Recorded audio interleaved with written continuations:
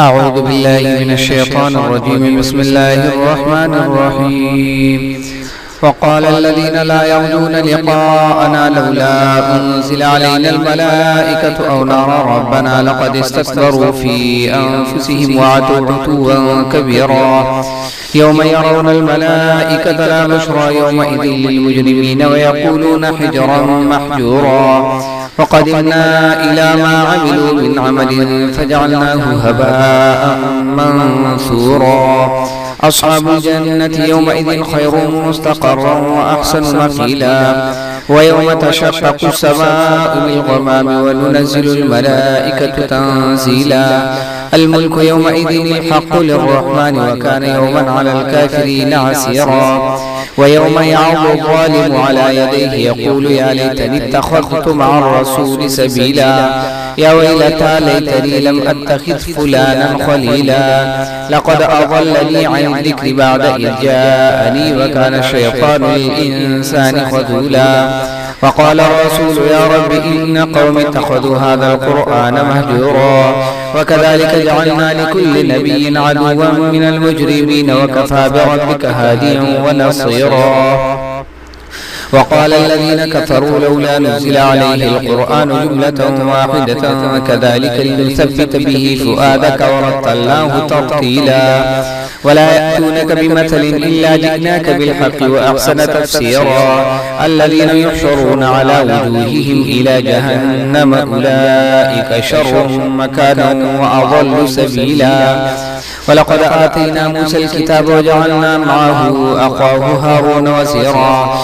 فقلنا اذهبا إلى القوم الذين كذبوا بآياتنا فدمرناهم تدميرا. وقوم نوح لما كذبوا الرسل أغرقناهم وجعلناهم للناس آية. وأعتدنا للظالمين عذابا أليما. وعادا وثمود وأصحاب الرس وقرونا بين ذلك كثيرا. وكلا ضربنا له الأمثال وكلا تبرنا تتبيرا. ولقد أتوا على القرية التي أنفرت مطر السوء أفلم يكونوا يرونها بل كانوا لا يرجون نشورا. وإذا رأوك إن يتخذونك إلا هزوا أهذا الذي بعث الله رسولا. إن كاد ليضلنا عن آلهتنا لولا أن صبرنا عليها. وسوف يعلمون حين يرون العذاب من أضل سبيلا.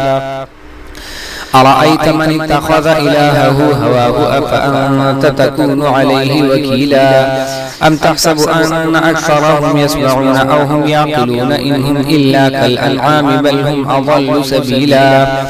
ألم تر إلى ربك كيف مد الظل ولو شاء لجعله ساكنا ثم جعلنا الشمس عليه دليلا. ثم قبضناه إلينا قبضا يسيرا. وهو الذي جعل لكم الليل لباسا والنوم سباتا وجعل النهار نشورا. وهو الذي أرسل الرياح بشرا بين يدي رحمته وأنزلنا من السماء ماء طهورا لنحيي به بلدة ميتا ونسقيه مما خلقنا أنعاما وأناسيا كثيرا. ولقد صرفناه بينهم ليذكروا فأبى أكثر الناس إلا كفورا. ولو شئنا لبعثنا في كل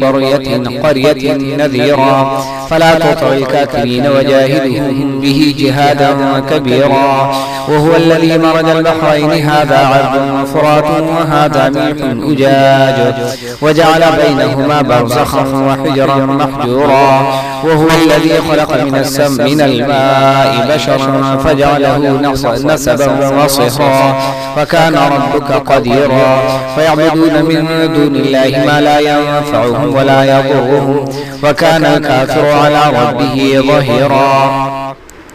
وما أرسلناك إلا مبشرا ونذيرا. قل ما أسألكم عليه من أجر إلا من شاء أن يتخذ إلى ربه سبيلا. وتوكل على الحي الذي لا يموت وسبح بحمده وكفى به بذنوب عباده خبيرا الذي خلق السماوات والأرض وما بينهما في 6 أيام ثم استوى على العرش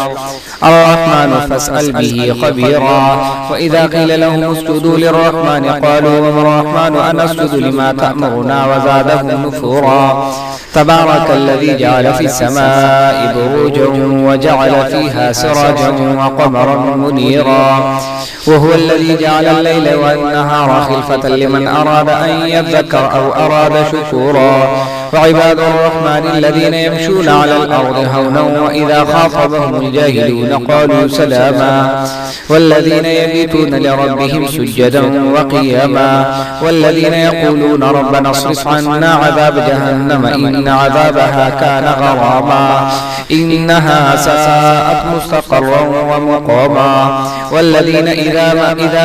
أنفقوا لم يسرفوا ولم يقتروا وكان بين ذلك قواما والذين لا يدعون مع الله إلها آخر ولا يقتلون النفس التي حرم الله إلا بالحق ولا يزنون ومن يفعل ذلك يلقى أثاما يضاعف له العذاب يوم القيامة ويخلد فيه مهانا إلا من تاب وآمن وعمل صالحا فأولئك يبدل الله سيئاتهم حسنات وكان الله غفورا رحيما ومن تاب وعمل صالحا فإنه يتوب إلى الله متابا والذين لا يشهدون الزور وإذا مروا باللغو مروا كراما والذين إذا ذكروا بآيات ربهم لم يخروا عليها صما وعميانا والذين يقولون ربنا هب لنا من أزواجنا وذرياتنا قرة أعين واجعلنا للمتقين إماما أولئك يجزون الغرفة بما صبروا ويلقون فيها تحية وسلاما خالدين فيها حسنت مستقرا ومقاما قل ما يعبأ بكم ربي لولا دعاؤكم فقد كذبتم فسوف يكون لزاما بسم الله الرحمن الرحيم طاسين تلك آيات الكتاب المبين لعلك باخع نفسك ألا يكونوا مؤمنين إن نشأ ننزل عليهم من السماء آية فظلت أعناقهم لها خاضعين وما يأتيهم من ذكر من الرحمن محدث إلا كانوا عنه معرضين فقد كذبوا فسيأتيهم أنباء ما كانوا به يستهزئون أولم يروا إلى الأرض كم أنبتنا فيها من كل زوج كريم إن في ذلك لآية وما كان أكثرهم مؤمنين وإن ربك لهو العزيز الرحيم وإذ نادى ربك موسى أن ائت القوم الظالمين وقوم فرعون ألا يتقون قال رب إني أخاف أن يكذبون ويضيق صدري ولا ينطلق لساني فأرسل إلى هارون ولهم علي ذنب فأخاف أن يقتلون قال كلا فاذهبا بآياتنا إنا معكم مستمعون فأتيا فرعون فقولا إنا رسول رب العالمين أن أرسل معنا بني إسرائيل قال ألم نربك فينا وليدا ولبثت فينا من عمرك سنين وفعلت فعلتك التي فعلت وأنت من الكافرين قال فعلتها إذا وأنا من الضالين ففررت منكم لما خفتكم فوهب لي ربي حكما وجعلني من المرسلين وتلك نعمة تمنها علي أن عبدت بني إسرائيل قال فرعون وما رب العالمين قال رب السماوات والأرض وما بينهما إن كنتم موقنين قال لمن حوله ألا تستمعون قال ربكم ورب آبائكم الأولين قال إن رسولكم الذي أرسل إليكم لمجنون قال رب المشرق والمغرب وما بينهما إن كنتم تعقلون قال لئن اتخذت إلها غيري لأجعلنك من المسجونين قال أولو جئتك بشيء مبين قال فأت به إن كنت من الصادقين فألقى عصاه فإذا هي ثعبان مبين ونزع يده فإذا هي بيضاء للناظرين قال للملأ حوله إن هذا لساحر عليم يريد أن يخرجكم من أرضكم بسحره فماذا تأمرون قالوا أرجه وأخاه وابعث في المدائن حاشرين يأتوك بكل سحار عليم فجمع السحرة لميقات يوم معلوم وقيل للناس هل أنتم مجتمعون لعلنا نتبع السحرة إن كانوا هم الغالبون فلما جاء السحرة قالوا لفرعون أئن لنا لأجرا إن كنا نحن الغالبين قال نعم وإنكم إذا لمن المقربين قال لهم موسى ألقوا ما أنتم ملقون فألقوا حبالهم وعصيهم وقالوا بعزة فرعون وإنا لنحن الغالبون فألقى موسى عصاه فإذا هي تلقف ما يأفكون فألقي السحرة ساجدين قالوا آمنا برب العالمين رب موسى وهارون قال آمنتم له قبل أن آذن لكم إنه لكبيركم الذي علمكم السحر فلسوف تعلمون لأقطعن أيديكم وأرجلكم من خلاف ولأصلبنكم أجمعين قالوا لا ضير إنا إلى ربنا منقلبون إنا نطمع أن يغفر لنا ربنا خطايانا أن كنا أول المؤمنين وأوحينا إلى موسى أن أسر بعبادي إنكم متبعون فأرسل فرعون في المدائن حاشرين إن هؤلاء لشرذمة قليلون وإنهم لنا لغائظون وإنا لجميع حاذرون فأخرجناهم من جنات وعيون وكنوز ومقام كريم كذلك وأورثناها بني إسرائيل فأتبعوهم مشرقين فلما تراءى الجمعان قال أصحاب موسى إنا لمدركون قال كلا إن معي ربي سيهدين فأوحينا إلى موسى أن اضرب بعصاك البحر فانفلق فكان كل فرق كالطود العظيم وأزلفنا ثم الآخرين وأنجينا موسى ومن معه أجمعين ثم أغرقنا الآخرين إن في ذلك لآية وما كان أكثرهم مؤمنين وإن ربك لهو العزيز الرحيم واتل عليهم نبأ إبراهيم إذ قال لأبيه وقومه ما تعبدون قالوا نعبد أصناما فنظل لها عاكفين قال هل يسمعونكم إذ تدعون أو ينفعونكم أو يضرون قالوا بل وجدنا آباءنا كذلك يفعلون قال أفرأيتم ما كنتم تعبدون أنتم وآباؤكم الأقدمون فإنهم عدو لي إلا رب العالمين الذي خلقني فهو يهدين والذي هو يطعمني ويسقين وإذا مرضت فهو يشفين والذي يميتني ثم يحيين والذي أطمع أن يغفر لي خطيئتي يوم الدين رب هب لي حكما وألحقني بالصالحين واجعل لي لسان صدق في الآخرين واجعلني من ورثة جنة النعيم واغفر لأبي إنه كان من الضالين ولا تخزني يوم يبعثون يوم لا ينفع مال ولا بنون إلا من أتى الله بقلب سليم وأزلفت الجنة للمتقين وبرزت الجحيم للغاوين وقيل لهم أين ما كنتم تعبدون من دون الله هل ينصرونكم أو ينتصرون فكبكبوا فيها هم والغاوون وجنود إبليس أجمعون قالوا وهم فيها يختصمون تالله إن كنا لفي ضلال مبين إذ نسويكم برب العالمين وما أضلنا إلا المجرمون فما لنا من شافعين ولا صديق حميم فلو أن لنا كرة فنكون من المؤمنين إن في ذلك لآية وما كان أكثرهم مؤمنين وإن ربك لهو العزيز الرحيم كذبت قوم نوح المرسلين إذ قال لهم أخوهم نوح ألا تتقون إني لكم رسول أمين فاتقوا الله وأطيعون وما أسألكم عليه من أجر إن أجري إلا على رب العالمين فاتقوا الله وأطيعون قالوا نؤمن لك واتبعك الأرذلون قال وما علمي وما كانوا يفعلون قال وما علمي بما كانوا يعملون إن حسابهم إلا على ربي لو تشعرون وما أنا بطارد المؤمنين إن أنا إلا نذير مبين قالوا لئن لم تنته يا نوح لنكونن من المرجومين قال رب إن قومي كذبون فافتح بيني وبينهم فتحا ونجني ومن معي من المؤمنين فأنجيناه ومن معه في الفلك المشحون ثم أغرقنا بعد الباقين إن في ذلك لآية وما كان أكثرهم مؤمنين وإن ربك لهو العزيز الرحيم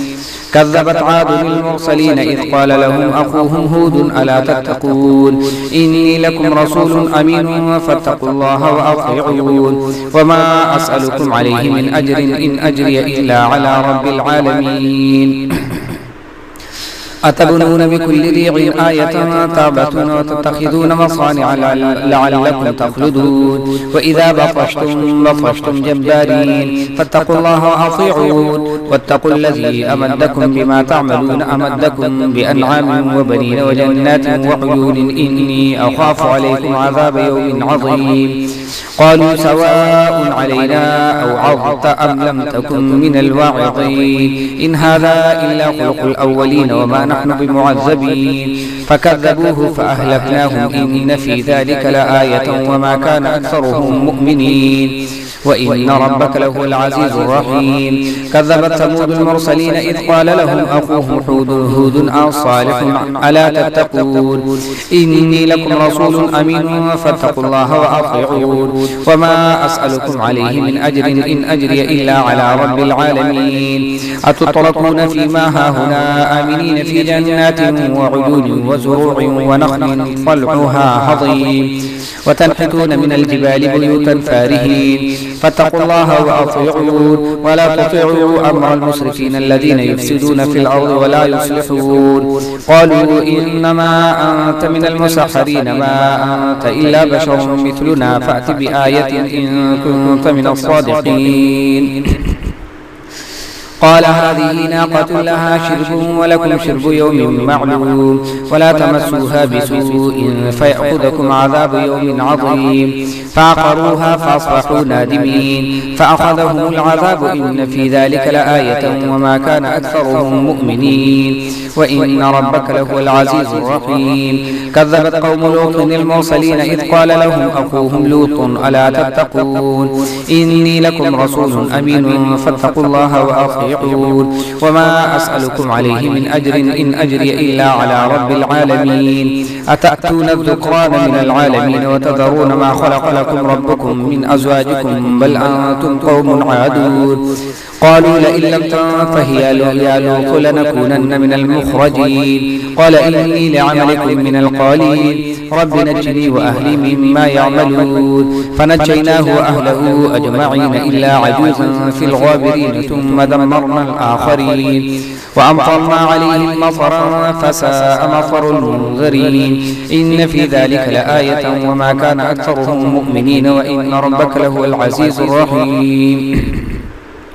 كذب أصحاب الأيكة المرسلين إذ قال لهم شعيب ألا تتقون إني لكم رسول أمين فاتقوا الله وأطيعون وما أسألكم عليه من أجر إن أجري إلا على رب العالمين أوفوا الكيل ولا تكونوا من المخسرين وزنوا بالقسطاس المستقيم ولا تبخسوا الناس أشياءهم ولا تعثوا في الأرض مفسدين واتقوا الذي خلقكم والجبلة الأولين قالوا إنما أنت من المسحرين وما أنت إلا بشر مثلنا وإن نظنك لمن الكاذبين فأسقط علينا كسفا من السماء إن كنت من الصادقين قال ربي أعلم بما تعملون فكذبوه فأخذهم عذاب يوم الظلة إنه كان عذاب يوم عظيم إن في ذلك لآية وما كان أكثرهم مؤمنين وإن ربك لهو العزيز الرحيم وإنه لتنزيل رب العالمين نزل به الروح الأمين على قلبك لتكون من المنذرين بلسان عربي مبين وإنه لفي زبر الأولين أولم يكن لهم آية أن يعلمه علماء بني إسرائيل ولو نزلناه على بعض الأعجمين فقرأه عليهم ما كانوا به مؤمنين كذلك سلكناه في قلوب المجرمين لا يؤمنون به حتى يروا العذاب الأليم فيأتيهم بغتة وهم لا يشعرون فيقولون هل نحن منظرون أفبهذا بنا يستعجلون أفرأيت إن متعناهم سنين ثم جاءهم ما كانوا يوعدون ما أغنى عنهم ما كانوا يمتعون وما أهلكنا من قرية إلا لها منذرون ذكرى وما كنا ظالمين وما تنزلت به الشياطين وما ينبغي لهم وما يستطيعون إنهم عن السمع لمعزولون فلا تدع مع الله إلها آخر فتكون من المعذبين وأنذر عشيرتك الأقربين واخفض جناحك لمن اتبعك من المؤمنين فإن عصوك فقل إني بريء مما تعملون وتوكل على العزيز الرحيم الذي يراك حين تقوم وتقلبك في الساجدين إنه هو السميع العليم هل أنبئكم على من تنزل الشياطين تنزل على كل أفاك أثيم يلقون السمع وأكثرهم كاذبون والشعراء يتبعهم الغاوون ألم تر أنهم في كل واد يهيمون وأنهم يقولون ما لا يفعلون إلا الذين آمنوا وعملوا الصالحات وذكروا الله كثيرا وانتصروا من بعد ما ظلموا وسيعلم الذين ظلموا أي منقلب ينقلبون بسم الله الرحمن الرحيم طاسين تلك آيات القرآن وكتاب مبين هدى وبشرى للمؤمنين الذين يقيمون الصلاة ويؤتون الزكاة وهم بالآخرة هم يوقنون إن الذين لا يؤمنون بالآخرة زينا لهم أعمالهم فهم يعمهون أولئك الذين لهم سوء العذاب وهم في الآخرة هم الأخسرون وإنك لتلقى القرآن من لدن حكيم عليم إذ قال موسى لأهله إني آنست نارا سآتيكم منها بخبر أو آتيكم بشهاب قبس لعلكم تصطلون فلما جاءها نودي أن بورك من في الأرض أن بورك من في النار ومن حولها وسبحان الله رب العالمين يا موسى إنه أنا الله العزيز الحكيم وألق عصاك فلما رآها تهتز كأنها جان ولا مدبرا ولم يعقب يا موسى لا تخف إني لا يخاف لدي المرسلون إلا من ظلم ثم بدل حسنا بعد سوء فإني غفور رحيم وأدخل يدك في جيبك تخرج بيضاء من غير سوء في 9 آيات إلى فرعون وقومه إنهم كانوا قوما فاسقين فلما جاءتهم آياتنا ببصرة قالوا هذا سحر مبين وجحدوا بها واستيقنتها أنفسهم ظلما وعلوا فانظر كيف كان عاقبة المفسدين ولقد آتينا داود وسليمان علما وقال الحمد لله الذي فضلنا على كثير من عباده المؤمنين وورث سليمان داود وقال يا أيها الناس علمنا منطق الطير وأوتينا من كل شيء إن هذا لهو الفضل المبين وحشر لسليمان جنوده من الجن والإنس والطير فهم يوزعون حتى إذا أتوا على واد النمل قالت نملة يا أيها النمل ادخلوا مساكنكم لا يحطمنكم سليمان وجنوده وهم لا يشعرون فتبسم ضاحكا من قولها وقال رب أوزعني أن أشكر نعمتك التي أنعمت علي وعلى والدي وأن أعمل صالحا ترضاه وادخلني برحمتك في عبادك الصالحين وتفقدت الطير فقال ما لي لا أرى الهدهد أم كان من الغائبين لأعذبنه عذابا شديدا أو لأذبحنه أو ليأتيني بسلطان مبين فمكث غير بعيد فقال أحط بما لم تحط به وجئتك من سبأ بنبأ يقين إني وجدت امرأة تملكهم وأوتيت من كل شيء ولها عرش عظيم عظيم وجدتها وقومها يسجدون للشمس من دون الله وزين لهم الشيطان أعمالهم فصدهم عن السبيل فهم لا يهتدون ألا يسجدوا لله الذي يخرج الخبأ في السماوات والأرض ويعلم ما تخفون وما تعلنون الله لا إله إلا هو رب العرش العظيم قال سننظر أصدقت أم كنت من الكاذبين اذهب بكتابي هذا فألقه إليهم ثم تول عنهم فانظر ماذا يرجعون قالت يا أيها الملأ إني ألقي إلي كتاب كريم إنه من سليمان وإنه بسم الله الرحمن الرحيم ألا تعلوا علي وأتوني مسلمين قالت يا أيها الملأ أفتوني في أمر ما كنت قاطعة أمرا حتى تشهدون قالوا نحن أولو قوة وأولو بأس شديد والأمر إليك فانظري ماذا تأمرين قالت إن الملوك إذا دخلوا قرية أفسدوها وجعلوا أعزة أهلها أذلة وكذلك يفعلون وإني مرسلة إليهم بهدية فناظرة بما يرجع المرسلون فلما جاء سليمان قال أتمدنني بمال فما آتاني الله خير مما آتاكم بل أنتم بهديتكم تفرحون ارجع إليهم فلنأتينهم بجنود لا قبل لهم بها ولنخرجنهم منها أذلة وهم صاغرون قال يا أيها الملأ أيكم يأتيني بعرشها قبل أن يأتوني مسلمين قال عفريت من الجن أنا آتيك به قبل أن تقوم من مقامك وإني عليه لقوي أمين قال الذي عنده علم من الساعة أنا آتيك به قبل أن يرتد إليك طرفك فلما رآه مستقرا عنده قال هذا من فضل ربي ليبلوني أأشكر أم أكفر ومن شكر فإنما يشكر لنفسه ومن كفر فإن ربي غني كريم قال نكروا لها عرشها ننظر أتهتدي أم تكون من الذين لا يهتدون فلما جاءت قيل أهكذا عرشك قالت كأنه هو وأوتينا العلم من قبلها وكنا مسلمين وصدها ما كانت تعبد من دون الله إنها كانت من قوم كافرين قيل لها ادخل الصرح فلما رأته حسبته لجة وكشفت عن ساقيها قال إنه صرح ممرد من قوارير قالت رب إني ظلمت نفسي وأسلمت مع سليمان لله رب العالمين ولقد أرسلنا إلى ثمود أخاهم صالحا أن يعبدوا الله فإذا هم فريقان يختصمون قال يا قوم لم تستعجلون بالسيئة قبل الحسنة لولا تستغفرون الله لعلكم ترحمون قالوا اطيرنا بك وبمن معك قال طائركم عند الله بل أنتم قوم تفتنون وكان في المدينة 9 رهط يفسدون في الأرض ولا يصلحون قالوا تقاسموا بالله